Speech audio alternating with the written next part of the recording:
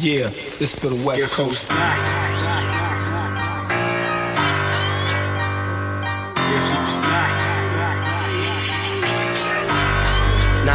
this for the West Coast.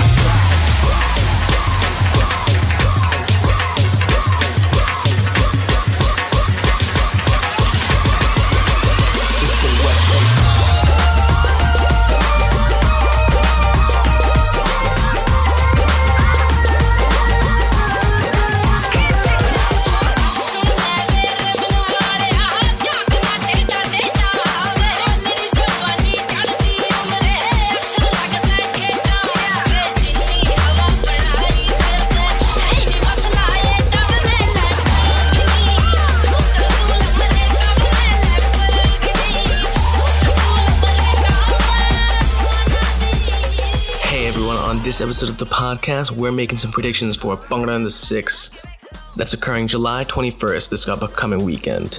You can buy tickets for the show at www.bhangrainthe6.ca. 6 is spelled the number 6 and IX. That's www.bhangrainthe, the number 6, ix.ca. But before we get into today's podcast, I want to let you know about an upcoming episode we're trying to do. We want to start a conversation around mental health in the Bhangra circuit, but before we can effectively do anything, we need your help.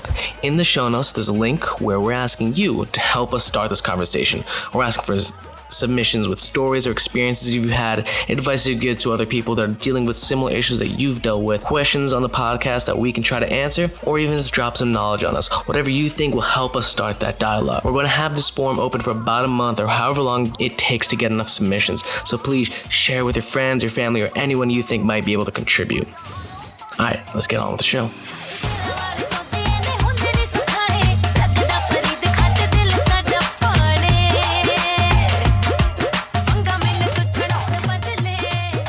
Welcome everybody to another episode of the Bhangra podcast. My name is Sid. I'm here with Varan, Sahab, and Umer, and we're going to do a prediction podcast for Bhangra in the 6.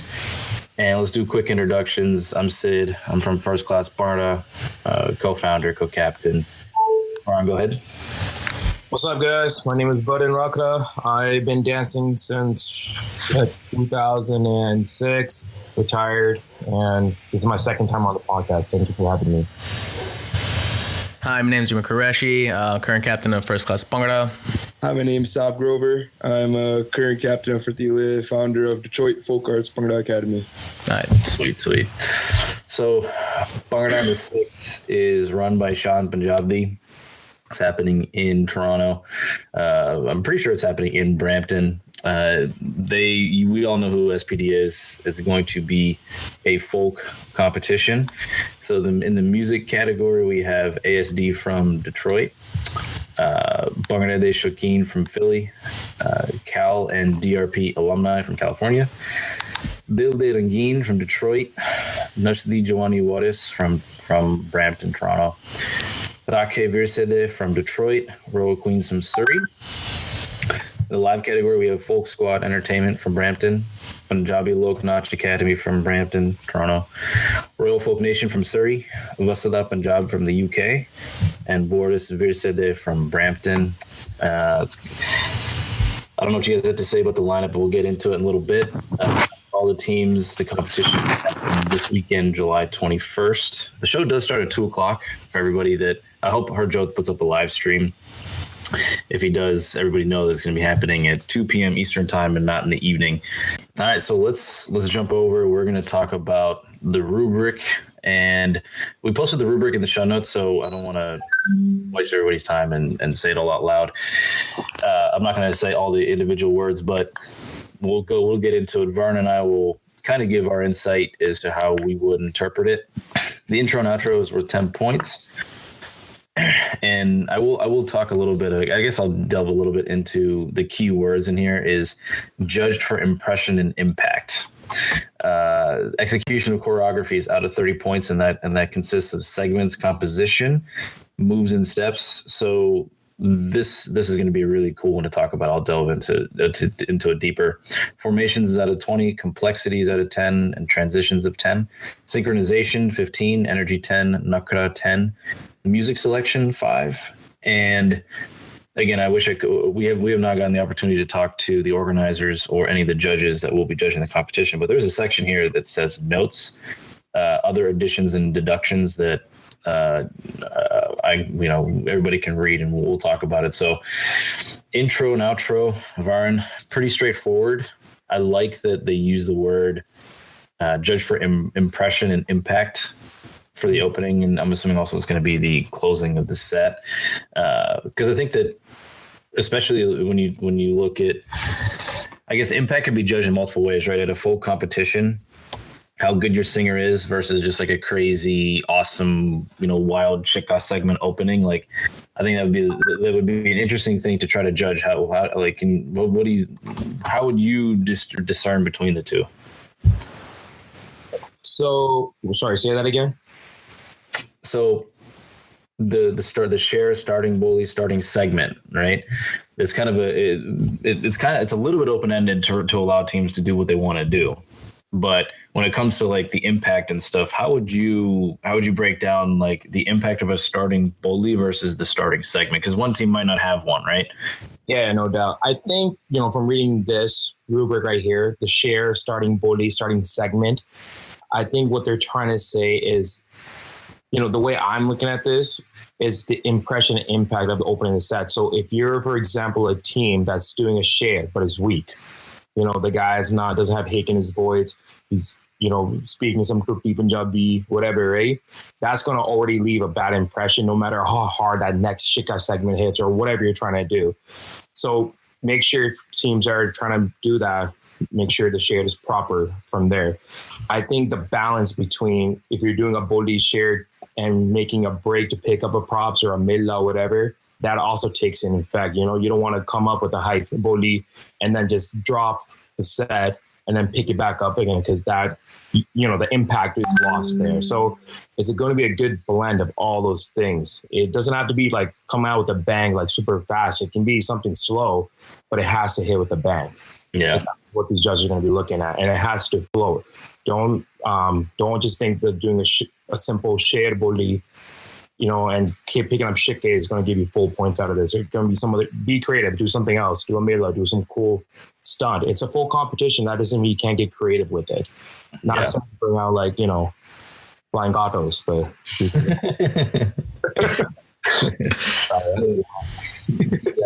The next section is execution of choreography. It's out of 30. So the first one is segments, and out of 10. Now, I personally love this because it makes it very black and white of what you need to do to get your 10 points in this section. And it just says required segments: Shikha, Kunda, Jummer, Damal, Fumania, Mirza, Jugni, Chal, Joria, Samia. Like, if these aren't there, judges will deduct points. That's awesome. black and white. Love it. I think it's sweet. I it's just black and white. So the next 10 points is composition.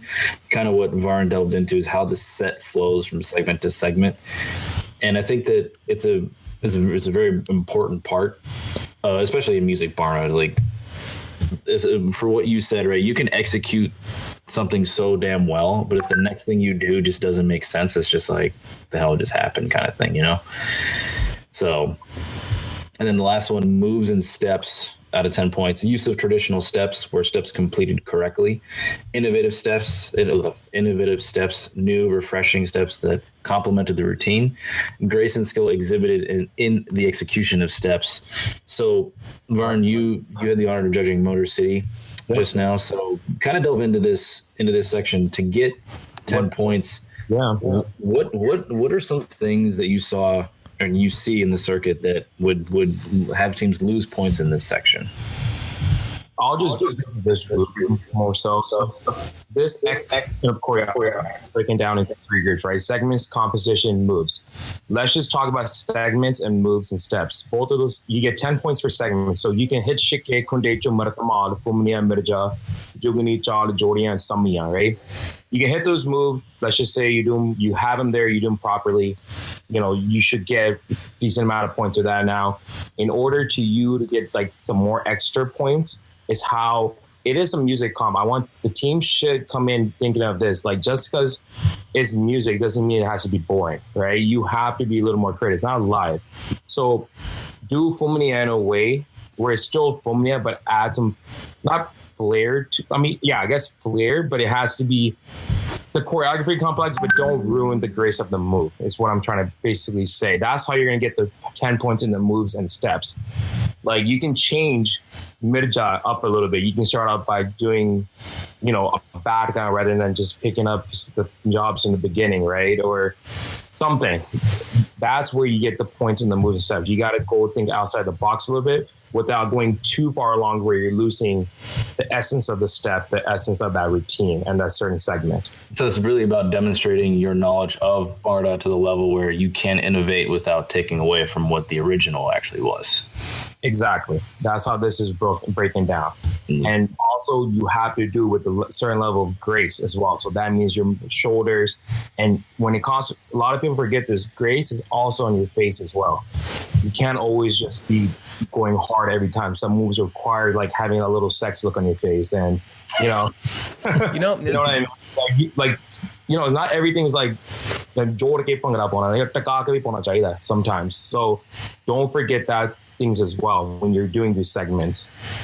This actually kind of reminds me, this I think is a much better way. If any comp wants to take that traditionality section of a rubric, I think this is a much better way of wording it and a much better way of like articulating what you mean, rather than just saying traditionality, like use this. Yep, no, exactly. I really like the way this is laid out. Yeah, totally. Formations are at a 20. I think it's pretty straightforward. Complexity is at a 10. But I will say that I think an overarching kind of theme in the rubric, and it's SPD. We know this going in, right? Do the formations not only are they complex and creative, but do they flow? Like that's key, right? And that's a huge thing that they've displayed for us to enjoy. It's just like absolute flow, and that goes back into execution, right? Transitions at a 10, clean and concise movement, right? Execution. Not much more to delve in there. So one synchronizations out of 15, energies out of 10, Nakras out of 10. Something to note here, Varan, kind of delve into this from the traditional side of things. When you're looking at those 25 points that we or 35 actually, synchronization, energy, Nakra, they in to a point go hand in hand, since we're talking about three things here. Because we talk about in traditional Bhangra, you're supposed to lift your knee, all the way up when you're doing the Dhamma footwork, right? But that also has to do a little bit with energy, right? And there's a certain, as you said, there's a certain grace that you have also with your facial expressions that can kind of tie into Nakra. Can you kind of bring it all together a little bit there, and like what kind of nuances you can maybe like insight us all with? I mean, you did pretty well. Try to take it down. So synchronization, consistent dance from dance to dance should be the same style. That doesn't necessarily mean you have to dance. Let's, for example, maybe a lot of teams think, this is SPD's comp. We got to dance the way SPD do. We have to pop our shoulders every model. We got to do a lot of stops. We got to do, the SPD stuff. I think that doesn't really mean that. As a judge, you're not going to knock you for that. That doesn't mean it's traditional or anything. Do what your style is, but make sure it's proper. Like do shishe, you guys call them pataka, and actually like roll the hands, don't just bring them down. I would take that into high consideration. Energy is energy. High back straight, high knees, mudde. Your face doesn't look tired. That also goes in energy as well. If your face looks tired, you're going to lose points in energy as well. It's not just about your knees or how high your arms are or how fast you're doing it. It's bad. If you're jumping, everyone better be kicking their butt. One person's off, etc. Those things. That's pretty easy. Nakra. So yeah, I like the way to put it in here. So each move, if you look at teams in India, each move has a dip. It's not just a straight smile, like show some teeth, you're good. Or, if you're doing hard chumara, you got to be just pissed off all the time. Or, if you're doing like something cute in chumara, you blow a kiss to the crowd or anything like that. This Nakra is going to be more so about like, you're telling a story of that move with your face. Yeah, like, okay, so when you're doing Mirja, for example, right? A lot of teams will just have a straight smile, Mirja, and they'll just do the moves, do the Bhangra, however they want to do, right? But if you watch India teams and some other teams that actually know the essence of Mirja, they know the story, you'll see it into their eyes, like especially that front Jodi, they'll tilt their head a little bit, they'll look at the crowd with like their eyes will tell a story in a weird way when they're doing that move and they're executing, especially the last 4 drops. Where you go down, they shake their head a little bit and kind of, a little bit of a swag to it. That's the team that's going to get full points in Nakhra when they can actually sell us that, not by just looking good and having smile, but sell us the move and the meaning behind that through their face. It's kind of like acting, a good Bollywood actor, right? Or whatever, Hollywood actor. You can act out whatever. If it's a sad scene, you're going to cry or whatever, something like that. So that's the way I would look at this, this category especially, and I would judge it that way. Just putting a straight smile and like not looking tired, you're going to get at least 6 out of 10 points for me, 6 out of 7, 6, 7 points. But to get more, that's the extra step you got to take. Mm-hmm. And that's, I would do some research. I don't know. Reach out. Something I want to note in here is within Nakhra, it says, is the crowd engaged by the routine and dancers? Now, me personally, I love that. I absolutely love it because it adds that entertainment value, to what you're watching. It's not solely just the technical thing, right? And to get deeper into what Varan was talking about, whenever you as a dancer can and fully capture the emotion that you're trying to convey there through your Nakhra, like the crowd then is engaged, right? If you're so into what you're doing, and obviously your routine is awesome, et cetera, et cetera. I don't know. I personally love the fact that they put in is the crowd engaged. I think it's such an important thing. These people are paying money to come to your show. Yeah. And in the notes, it's just, stuff about, you can gain bonus points or lose points for actions in this set. They have the options to give or remove points based on something they may have liked or disliked. Please be aware about your Vardiya. Malfunctions and or Vardiya deemed inappropriate and in parentheses too flashy for a live routine will lead to a deduction in points. So, like AEG's latest Vardiya. I was going to say DRP? What? DRP's Vardiya might be too flashy, but that's an interesting thing there. Folk Vardiya. Exactly. That's what they mean. Just it's a full comp. Yeah, for sure. That's awesome. So that's it with that. So let's get into. I did want to talk a little bit about live for those listening that don't really know where to start when it comes to judging live. I think something just to quickly touch upon, I've never judged. I've only done it once. Varan's done it 3 times. He's won a competition, has not judged live yet. Something to keep in mind when it comes to live is that the entire picture is something to always be watching and listening to. I think in music, the mix is not the most important piece, even though it has such a huge effect on what the presentation of the entire performance is. But in live, the doli and the band as a whole is judged very, very heavily. Right. So it's not just what you're watching. It also has everything to do with what you're hearing. And if any of those sections, like the doli is actually his own. There's his own, the doli itself gets judged and the band gets judged and then the dancers get judged. And then the whole thing is a one cohesive piece gets judged. So the doli, Varan, I'd love for you to also pick up because you're more well versed in this than I am. Doli is arguably the most important piece of the puzzle because he is the base. He sets the tone. He sets everything. He's the one that's through his play, telling the dancers when to change to the next step and etc. Right. So I don't know. You can go ahead and rattle off some knowledge for us. Sure. So I'll try my best in this as well. So typically this is what I'm going to say. And, everyone's going to have different opinions about this, especially what part of Punjab they're in. So I'm just going to tell you what I've been taught, what I've been known, and from my experience, like how said, live, it's a lot about the band, the toliyan, the singers, etc. ironically, in India, it's actually the opposite.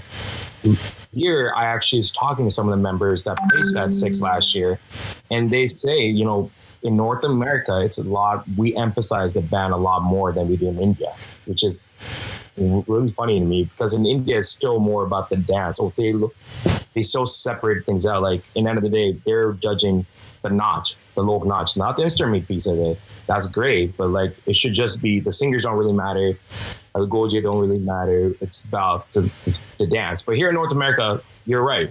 We do care a lot about the freaking the band, right? So if you go fly out a star from India, you know your chances are going to be pretty high because first of all, he knows what the fuck he's doing. He's doing this for a while, and it's going to be really good. And top of that, he's going to be making the set for you most likely too. The star will make the set and tell you like, we're going to play this beat here. We're going to do that XYZ from there, right? So set creation wise, most of the times it's a start. It will be the player that will make it and kind of orchestrate the whole thing. So just a little knowledge that I got here. But yeah, for 6, you're right. You have to have a Toli that knows what he's doing. He has to play all those beats correctly. The singer has to make sure his voice is proper. It can be, too deep, it can be too soft, can be too hard. The body and selection are key too. Yeah, it's a dance of happiness, man. Be happy. Don't be dookie on stage and dancing about that stuff. So these are things that play along. If you're going to be playing an instrument, the chimta player better know what the fuck he better not just stand there and hold a chimta, right? He actually has to hit those beats along the door and complement it. A goze player, Bushka player, everything, right? So it's sometimes adding on too much. Like I remember SMD, like went live and they added, was it SMD? It was some girls team, or it might be even a guy's team, but they brought like a little guitar player, right? Which wouldn't work half the time because first of all, the guitar is not a folk instrument. And second, I don't know what team it was, but second of all, it sounds so weird with a dole beat on the back, right? So whatever you're doing has to be done as a unit, and the routine has to complement that from there. The beats that come in, it's about the flow. Start off small and graceful. Then the next hit has to be hard. It can't just be all one level. In live, it is a lot of up and down and up and down. You want to show that, and then from there, execute. Obviously, the dancers, if they're good, they're low, hand straight, etc. Nakra expressions are judged heavily in live over music. Music, like a simple smile will get away nowadays. Expressions in live is super key. If you have no expressions, most time you're not going to get that first compared to a team that had a great expression. They enjoyed being on there. Expressions and Josh is huge in live. Formations are not that crazy. It's 8. You want to be clean. You want to do some new stuff, but most of the time you're doing a Bhangra circle or windows and B for Jamar, something like that. So just a little bit of stuff I know about it. Like I said, I'm never judged it, but these are the things if I was making a live set or, if I was going to 6 with this, these are things I would be considering and thinking about. Yeah, something that the judges at Motor City told us is, the word that they used was your set base. And whenever I talked to him in like deeper about it, your set base is basically like encompasses the overall, like how the team looks, the aura that the team gives off, and has to do with all 3 pieces. The dancers, the strength of the dancing, the posture, the aura they present, the band, how strong is the band, how good is each, musician at playing their instrument, and the doli. And I definitely feel like that overall concept of your set base, and if you break it down into those sections, dancers, the mix, if we're talking about music too, dancers, then, whatever the music side of things are, the strength and how strong, like a weak mix can have a huge effect on your performance, right? Just like as we talk about in live, a strong band can have a very uplifting, effect on great dancers as well. And you can have an awesome mix and just really not good dancers too. We've seen plenty of that. So something else to keep in mind is like, it's really all about the overall picture whenever you guys are watching the live videos. So I really can't talk about the live teams in terms of predictions. because we really haven't seen enough from all of them, and again, not being as well versed as we want to be to actually predict properly in the live section. But Umer and Sahab, go ahead and take it away with what the predictions are for first, second, and third, and why, and go ahead and talk about the teams. All right. So right now with my placings, I originally had a different set of placings, but then after going through this rubric, I changed them up a little bit. So right now I have first is going to be Nuts Giovanni Wars. Just justification for a little bit. Their fever set was strong. They have great Nakhra, great dancers. Nutsty, what they're doing at their academy is real good. They have stacked teams. There's no real bad team that comes out of that academy. Second, I have BDS, basing this off their BBC performances and their Dushan performance they had last year. Their sets aren't the most flashy sets, but I think their sets fit the 6 rubric pretty well. They hit all their segments. They have but they have a little bit of innovation within their choreography. It's not too flashy though.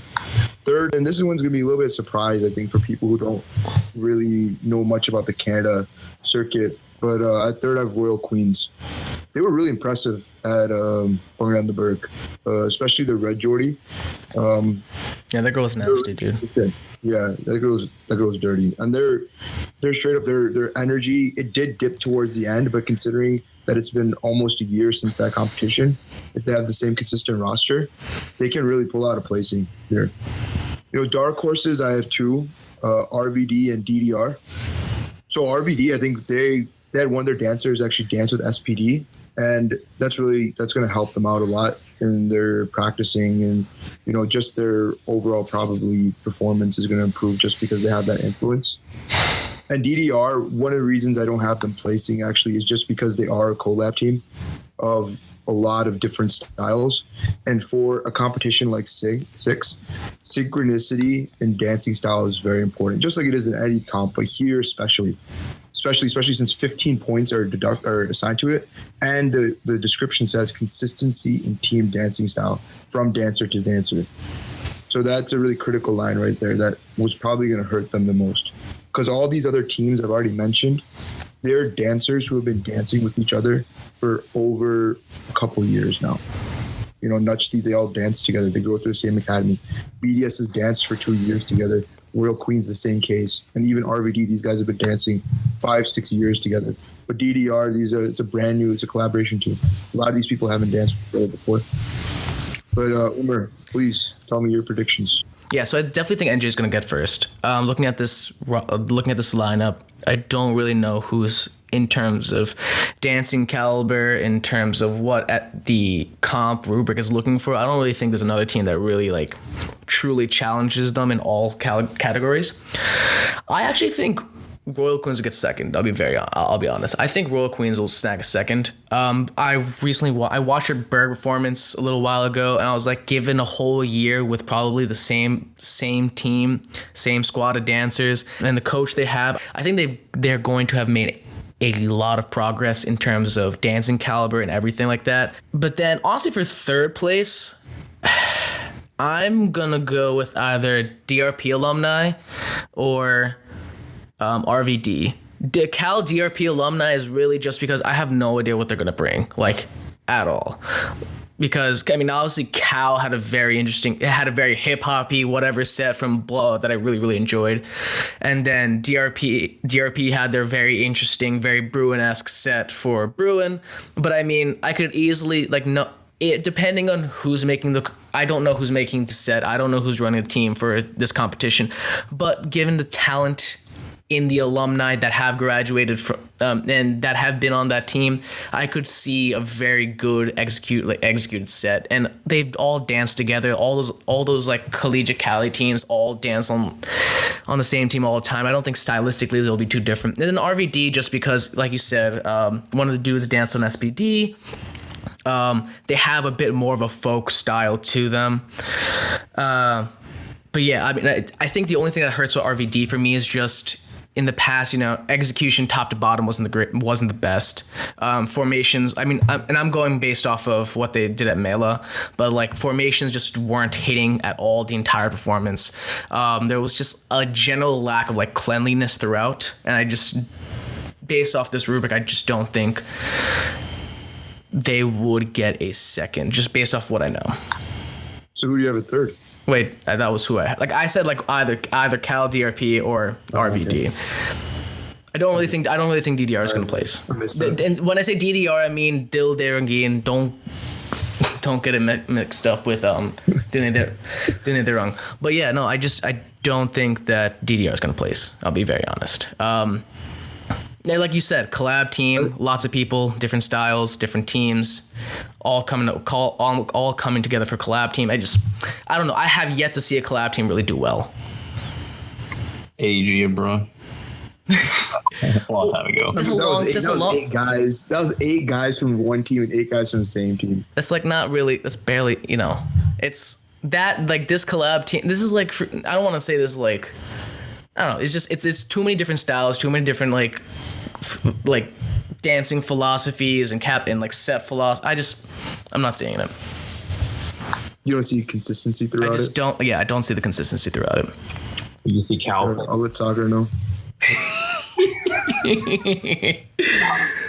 Aren't they going to be doing a collab as well? I mean, but that's the thing though. Like they've done it before, and all the Cali teams dance together all the time already. They're all right next to each other, like freaking Cobra, Bhangra, and then whatever flower ass team that that happened a little while ago. Like they already dance together all the time. All those dudes have already danced with each other. I can easily see them being very easily able to mesh stylistically and like set philosophy wise.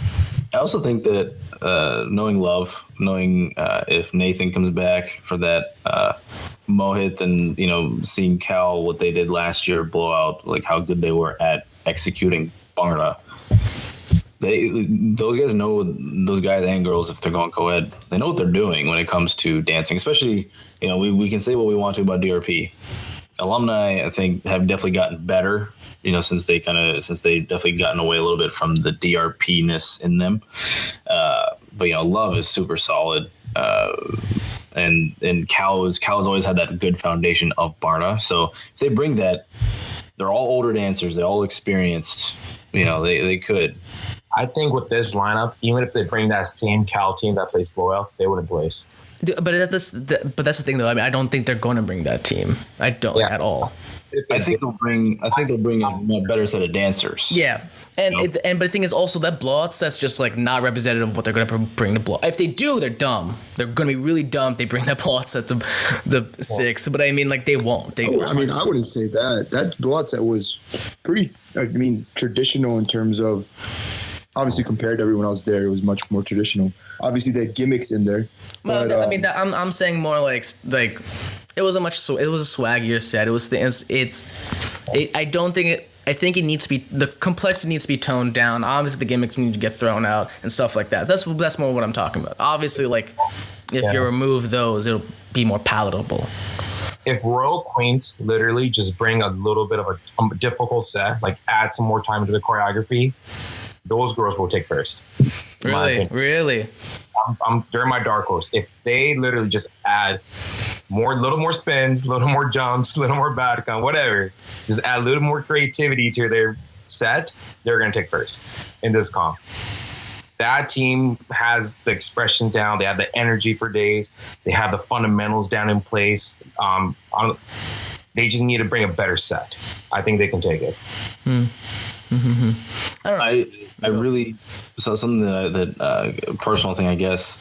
I talked to the RVD guys after Mela for a little bit over the phone, and as you said, one of their dancers went and danced for SPD. If they put it together,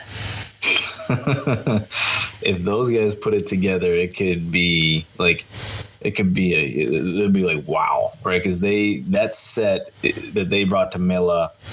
If as long as they bring a set that is as hard hitting as that was.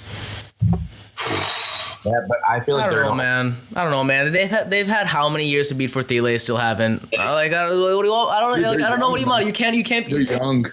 Huh? Think about this. I'll tell you their average, like their age. These guys are just hitting 18, 19 years old. Most people I've known, their best dancing years have been their senior year of college.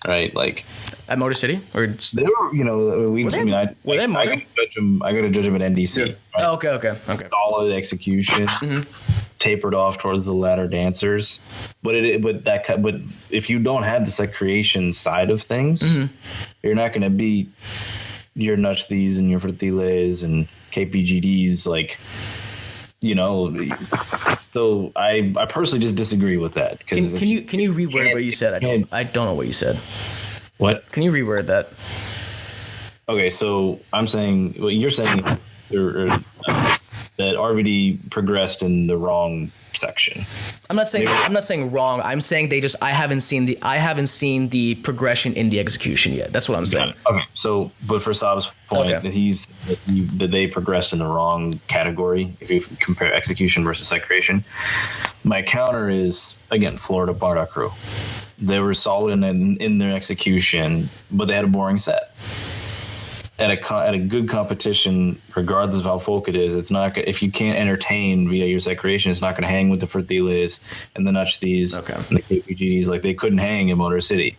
You turn it up here, you got to be able to entertain, right? And so, you know, getting, at least again, my own personal opinion, being able to entertain is a very important part of that, right? Now, being able to execute is obviously very, very important, regardless of where you are. Right. This is more. It's more important here at this comp based on this rubric.